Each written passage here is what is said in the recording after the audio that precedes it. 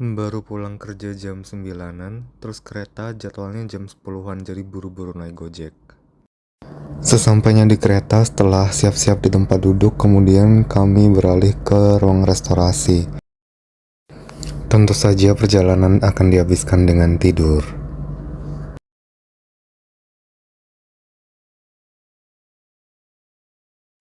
Enaknya perjalanan malam, jadi kami dari Jakarta menuju Solo ini, di tengah-tengah perjalanan kereta melewati pagi di hamparan persawahan di sekitar daerah Jawa Tengah, Jogja, dan Jawa Tengah lagi. Pemandangannya menyejukkan hati, karena kalau di Jakarta kan isinya hanya gedung perkantoran yang tinggi-tinggi. Di sini hijau-hijau dari persawahan dan rumah-rumah kecil yang tidak sepadat di Jakarta. Sesampainya di stasiun Solo Balapan, kami langsung bergegas untuk keluar dari stasiun untuk menuju ke wisata-wisata kuliner yang telah diatur oleh teman saya tentunya. Nah, tapi keluarnya agak membingungkan nih. Dia tidak ada keterangan yang jelas. Nah, sarapan pagi di hari pertama ini adalah soto.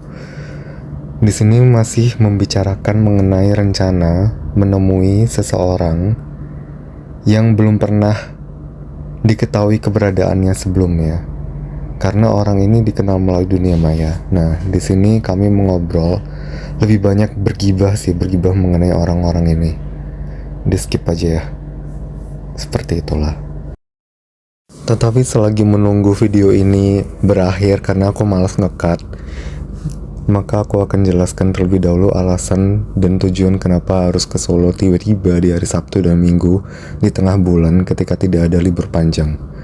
Jadi salah satu dari kami ini mengenali seseorang melalui sebuah aplikasi di zaman dahulu kala, yang kemudian telah intens melakukan percakapan dan hubungan melalui telepon, untuk kemudian dia hendak bertemu untuk pertama kalinya dengan si kenalannya ini.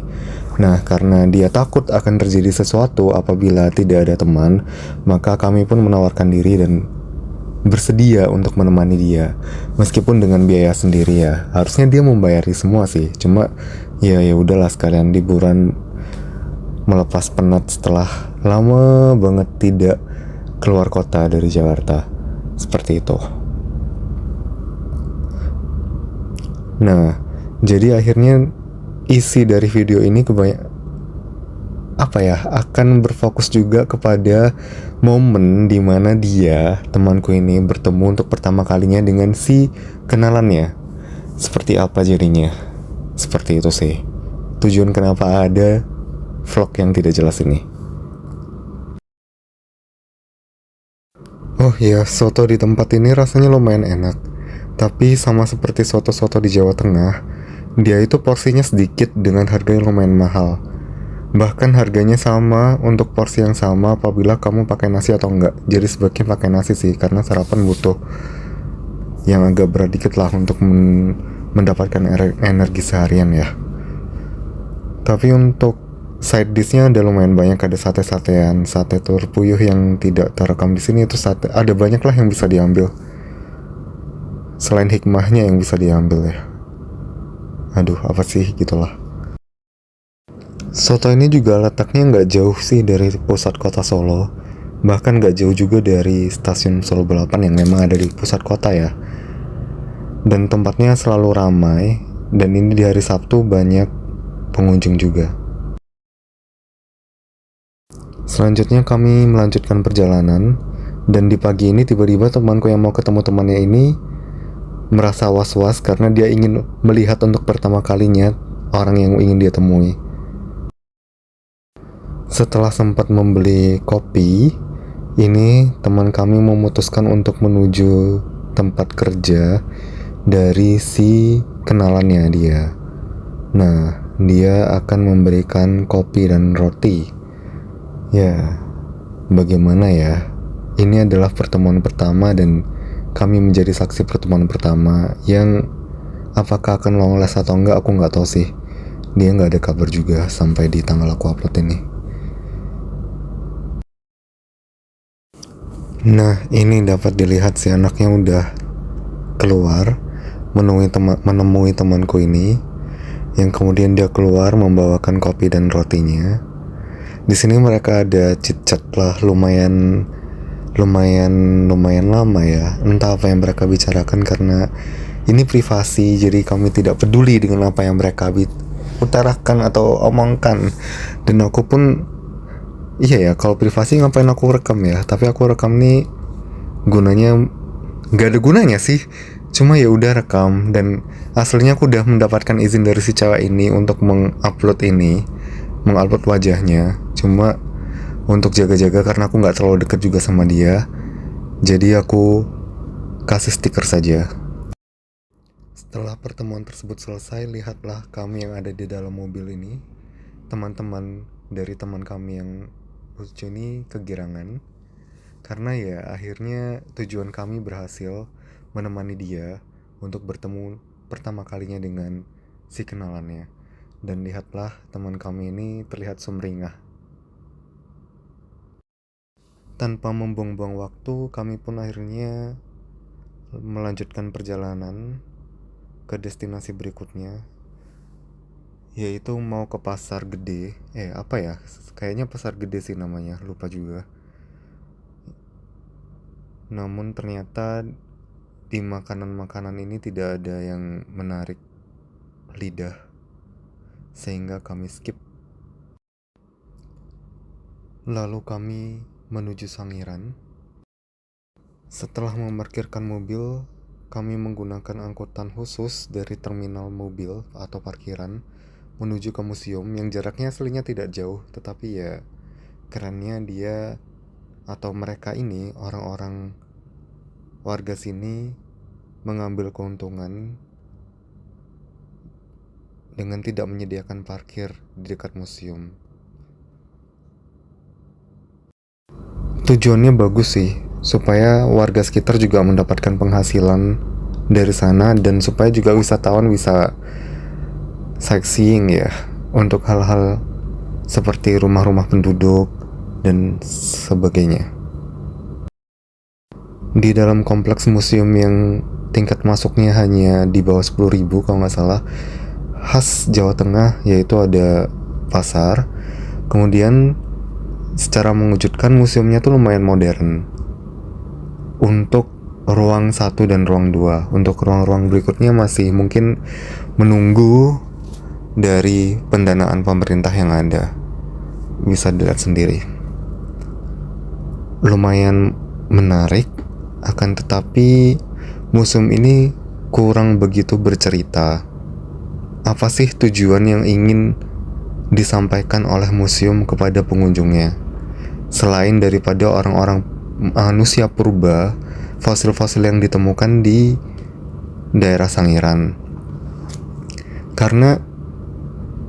Mungkin karena kami tidak menggunakan tour guide, jadi kami kurang paham dan kurang mengerti fungsi dan tata letak dari setiap penataan benda-benda yang menjadi koleksi dari museum ini. Sehingga museum ini seperti museum yang mati, yang tidak menceritakan apapun. Meskipun banyak display dengan tulisan, oh ini area ini, tapi ada repetisi atau pengulangan antara satu ruang dengan ruang yang lain. Nah, ini bisa disentuh-sentuh.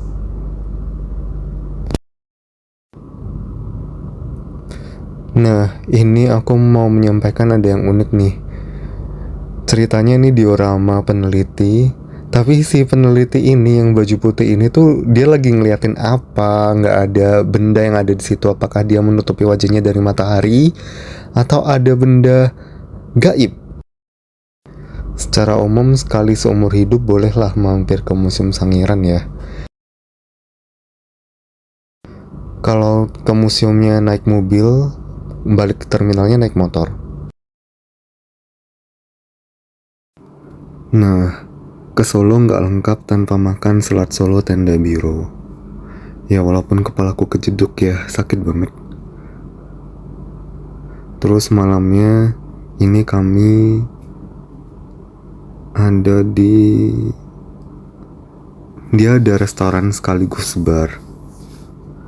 di Solo lumayan banyak bar juga sih ternyata. Nah ini rencananya mau ketemu sama si cewek atau kenalannya si teman kami tadi. Ini kami makan malamnya nggak berat-berat banget sih, karena nanti akan makan lagi. Haha.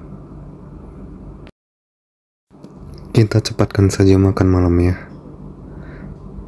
Makan malam yang lumayan pricey. Tapi ya, what do you expect gitu di tempat seperti ini. Tak jauh dari sana kami pun ke Car Free Night. Nah ini si temanku sudah mulai cair obrolannya dengan kenalannya.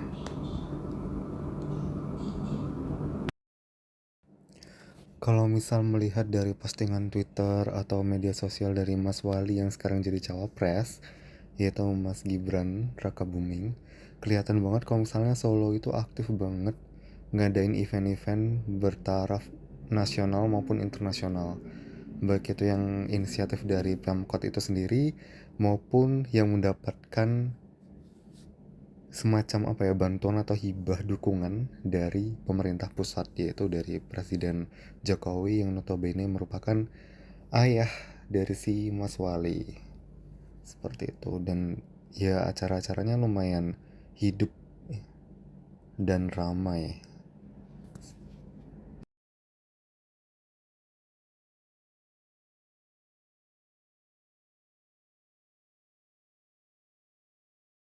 Nah, setelah malam terpapar polusi juga, karena tidak dapat dipungkiri meskipun Car Free Night, tetap saja di jalanan sekitar Car Free Night itu dipenuhi dengan kendaraan bermotor yang mengeluarkan emisi.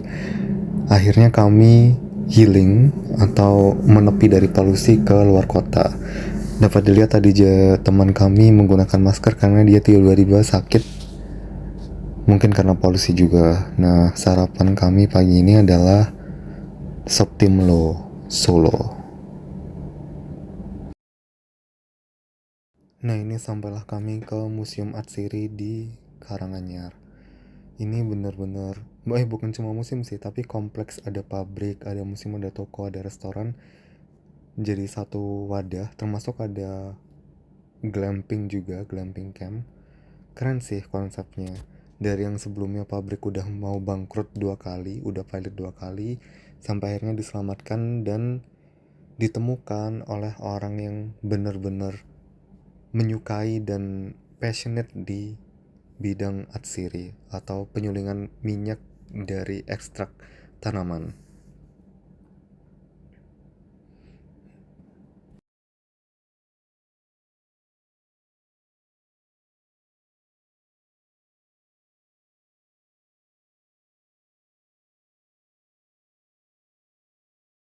Nah, karena ini di hari kedua, di hari Minggu aku udah harus kembali ke Jakarta menggunakan kereta di jam 6 sore. Akhirnya kami tidak bisa berlama-lama di Karanganyar. Walaupun si teman-temanku ini akan extend lama ya. Nah, ini akan banyak di skip karena pembicaraannya terlalu privasi, terlalu banyak gibah, terutama menyangkut diri kami sendiri yang digibahkan. Kami bukan tipe yang menggibahkan orang lain. Nggak juga sih, gibahin orang lain juga sih, tapi lebih ada keterlibatan kami juga di situ. Nah, ini kami makan dan minum di restorannya si Rumah Atsiri. Makanan dan minumannya enak-enak, khas di Atsirinya, yaitu menggunakan tanaman-tanaman yang bisa diekstrak atau bisa dijadikan minyak atsiri. Contohnya tadi ada semacam teh yang dibuat dari daun pandan dan serai. Kemudian ini ada lupa, ada spaghetti atau bolognese atau apapun itu yang aku juga lupa sih apanya. Pokoknya ada ada bahan-bahan dari yang bisa diekstrak menjadi minyak atsiri aja gitu deh pokoknya. Nah ini kami banyak berdiskusi dan berbincang, termasuk berdiskusi mengenai kehidupan sehari-hari, perpolitikan, hubungan internasional, dan lain-lain, serta menceritakan pengalaman kami ketika masih maba, ketika masih di semester-semester, ketika masih menjadi mahasiswa, karena kami ini teman kuliah juga sih kebetulan. Selain itu ada banyak banget cerita-cerita aneh, terutama yang kami lakukan ketika kuliah. Ya gitu deh.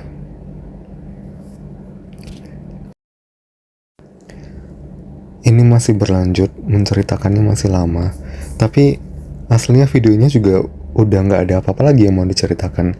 Intinya di rumah Arsir ini lengkap dan sangat worth to try.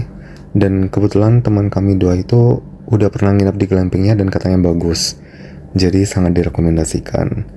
Nah, ini pemandangan di sekitar rumah Arsiri, yang mana ternyata rumah Arsiri ini dekat sekali dengan lereng Gunung Lawu yang terdapat beberapa kompleks pemakaman. Salah duanya ada kompleks pemakaman Raja Mangkunegaran serta kompleks pemakaman dari keluarga Presiden kedua Republik Indonesia, yaitu keluarga dari Bapak Soeharto. Nah, ini kebetulan si teman kami yang satu ini pingin banget melihat makam, jadilah kami berkunjung ke makam tanpa perencanaan sebelumnya tentu saja. Sekian.